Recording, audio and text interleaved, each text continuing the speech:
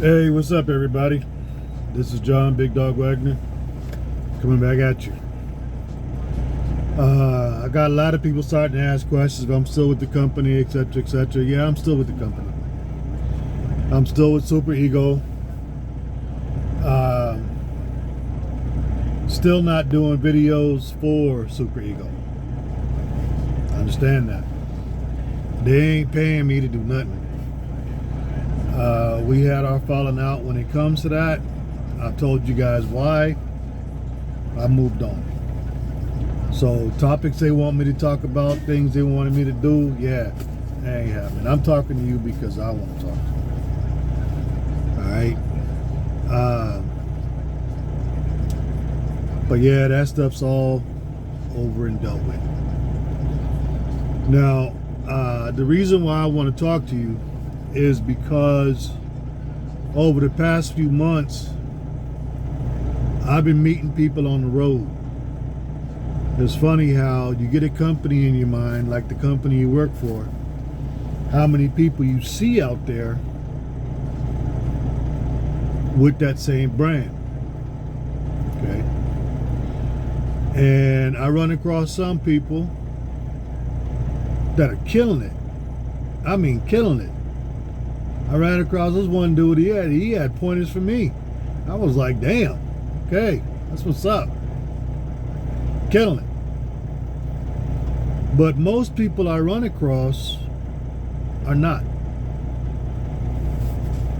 Now, remember I told you, this isn't for everybody.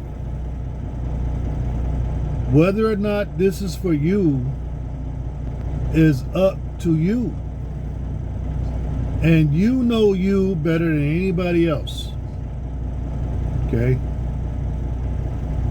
When it comes to me, learning stuff, doing stuff, I use the analogy of flying.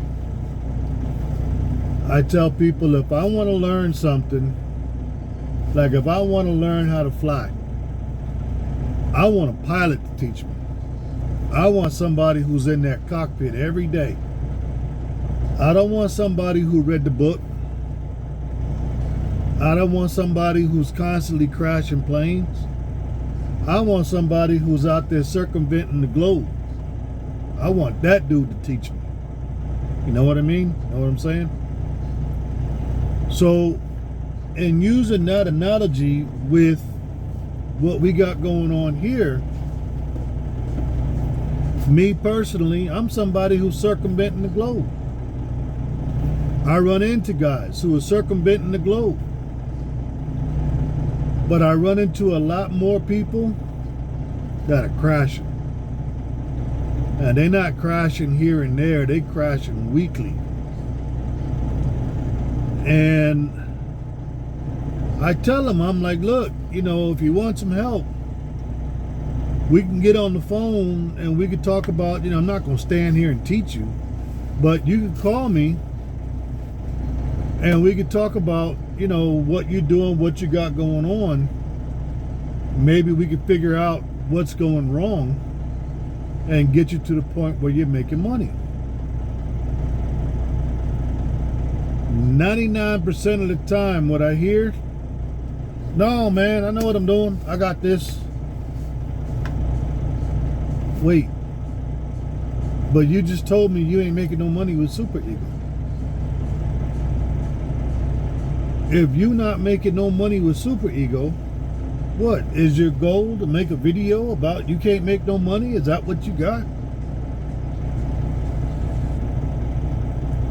If you're not making no money and you have somebody who's making money, who's willing to sit down with you and teach you and show you what changes that could be made to get you to making money, why wouldn't you want to listen? Is pride that important to where you would rather go home broke every day than to take the time to listen to what somebody has to say so that you can make money? That doesn't make sense to me. That doesn't make sense to me. But with that said, I saw the ultimate situation that made me almost just want to give up on people.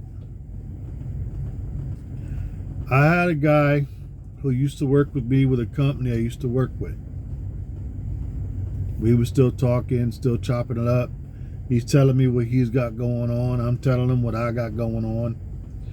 And he decided to come over here and give it a try.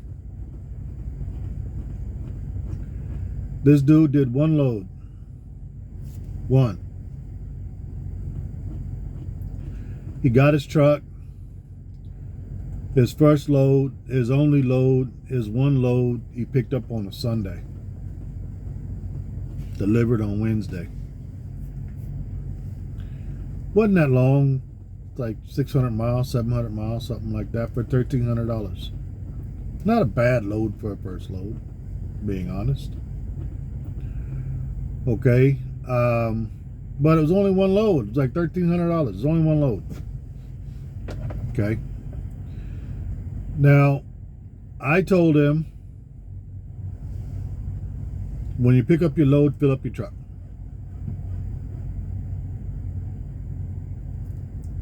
He says, why would I do that? I say, because you got 600-700 miles. It's going to take you a tank of fuel anyway. Just get it out the way. Fill up your truck. He didn't do it that way. He put 50 gallons in. I'm like, dude, why would you do that?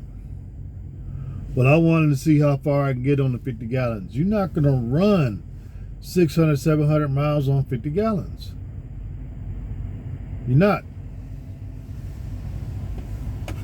Calls me a day later. John, I had to stop and fill up my tank. You right. I couldn't run all that on 50 gallons. Well, you only got one load for the week. Why would you fill your tank all the way up now?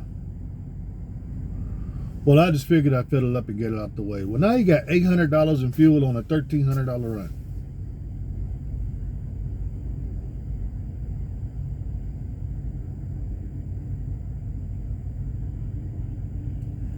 That doesn't make sense. Dispatch fees in this run, about another $350, give or take. So you at $1,150.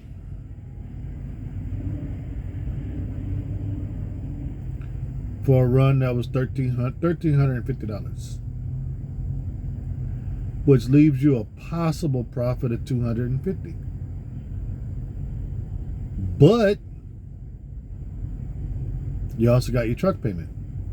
Now he calls me up. He goes, John, you said they was going to prorate this. Sent me his check stub, but he blocked out the numbers. But I could see truck payment one day. I said they did prorate it.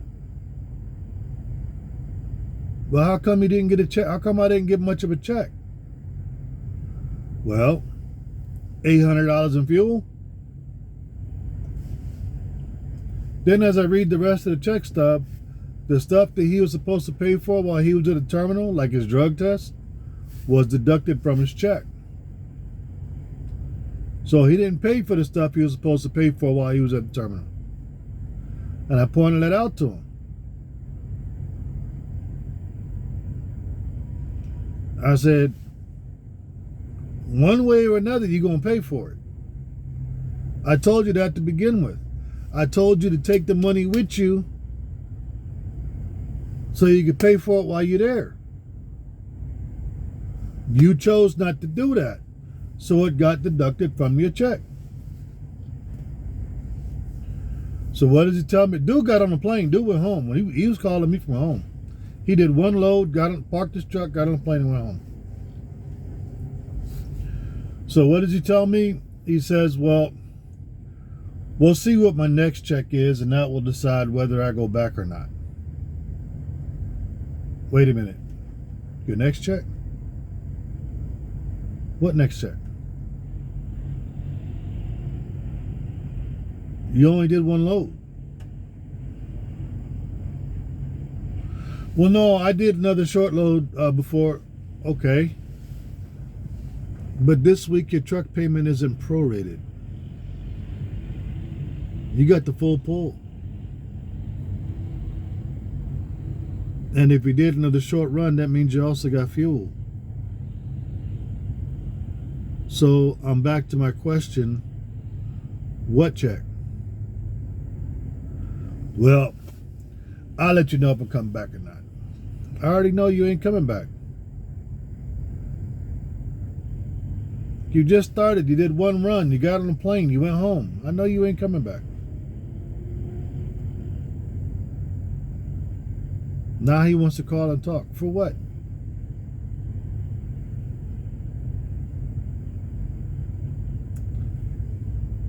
You know if you're entitled or not.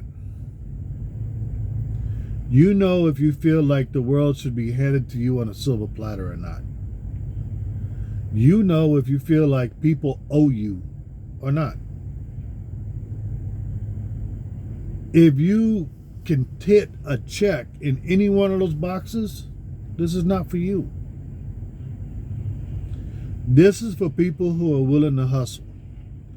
This is for people who are willing to learn. This is for people who are willing to make that sacrifice. If you can't check all those boxes, this is not for you. You're not going to make money. I'm sorry, I hate to put it like that, but the reality is, this is work. People always, it's funny to me. Nowadays, people are always talking about the man on top. The man on top is making all this money, but I'm only making piddlies down here. How come I can't get a cut of what he getting? What have you done that says that you deserve a cut of what he's getting? The man on top,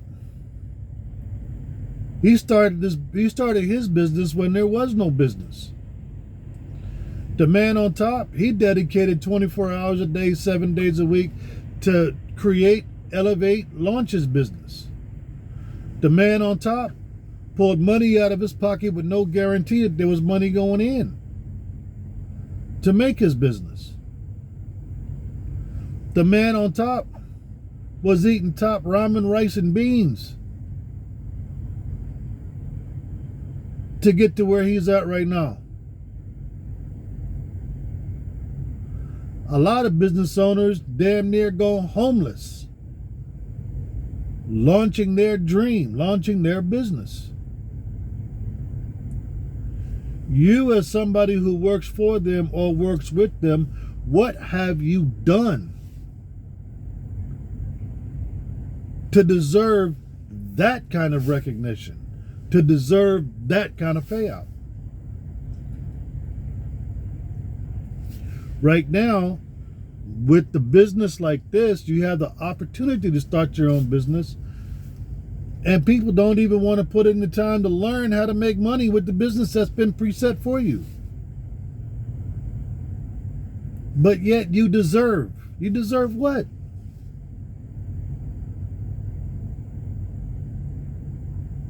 It's not fair, they're taking my money, they're not paying me. What are you doing that says that you deserve that kind of pay?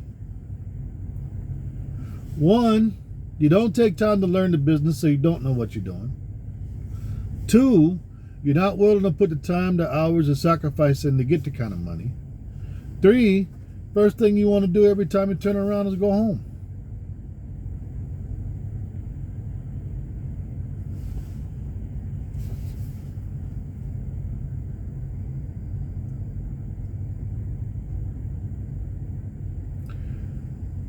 Not only that, they say birds of a feather flock together. You got guys who are not making money hooking up with guys who are not making money so they can sit there and talk about and give each other advice about how not to make money. That's got to be the dumbest thing I ever seen.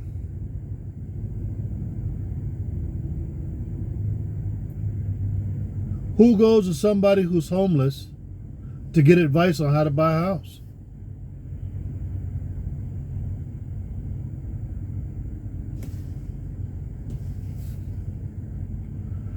If you're talking to somebody who ain't making money and you're getting advice on them on what to do, what's the only thing he can give you advice to do? How not to make money. Because that's what he's doing himself. But you get the support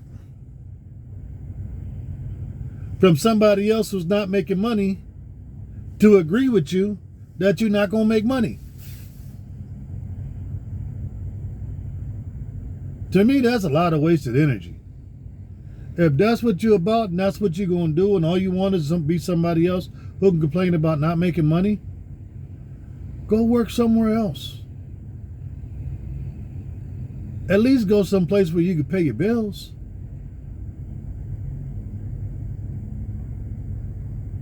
Because not making money, getting with people who are not making money, so you can talk about the fact that you're not going to make money. You ain't going to pay for nothing.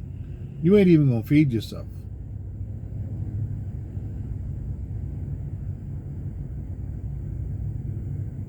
And that's just being honest.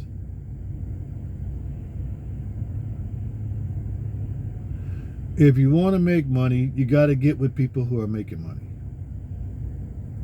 And in getting with people that are making money, ask them, what are you doing that I'm not? You bringing in 2 racks a week, 3 racks a week, and I can't seem to get a $5 bill. What are you doing that I'm not? And sit down with them. Guys who are making money, they'll sit down with you. I done talked to quite a few of them. We sat down, chopped it up, had lunch, had coffee, whatever.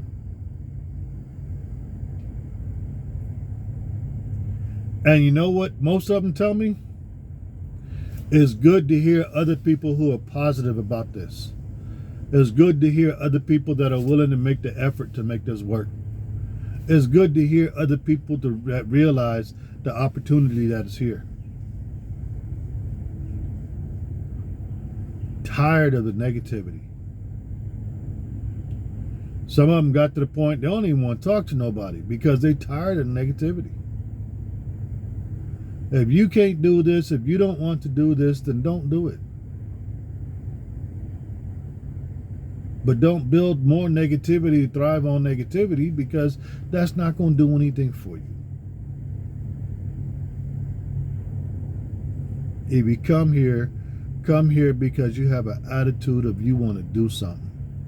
Come here because you want to put in the work so that you can make something. Don't come here looking for a handout. If that's what you're looking for, this is not for you. If you're coming here looking for an easy whatever, this is not for you. If you come here thinking somebody owes you, this is not for you.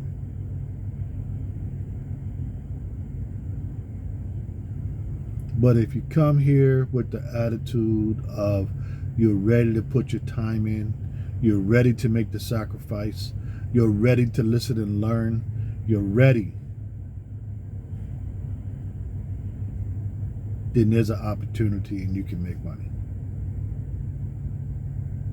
Anyway, that's what I got for today.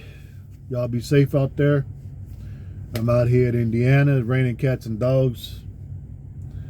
Was going through some monsoons on the way here, it seemed like, and I get here and it's wet. So be safe out there. Catch you next time.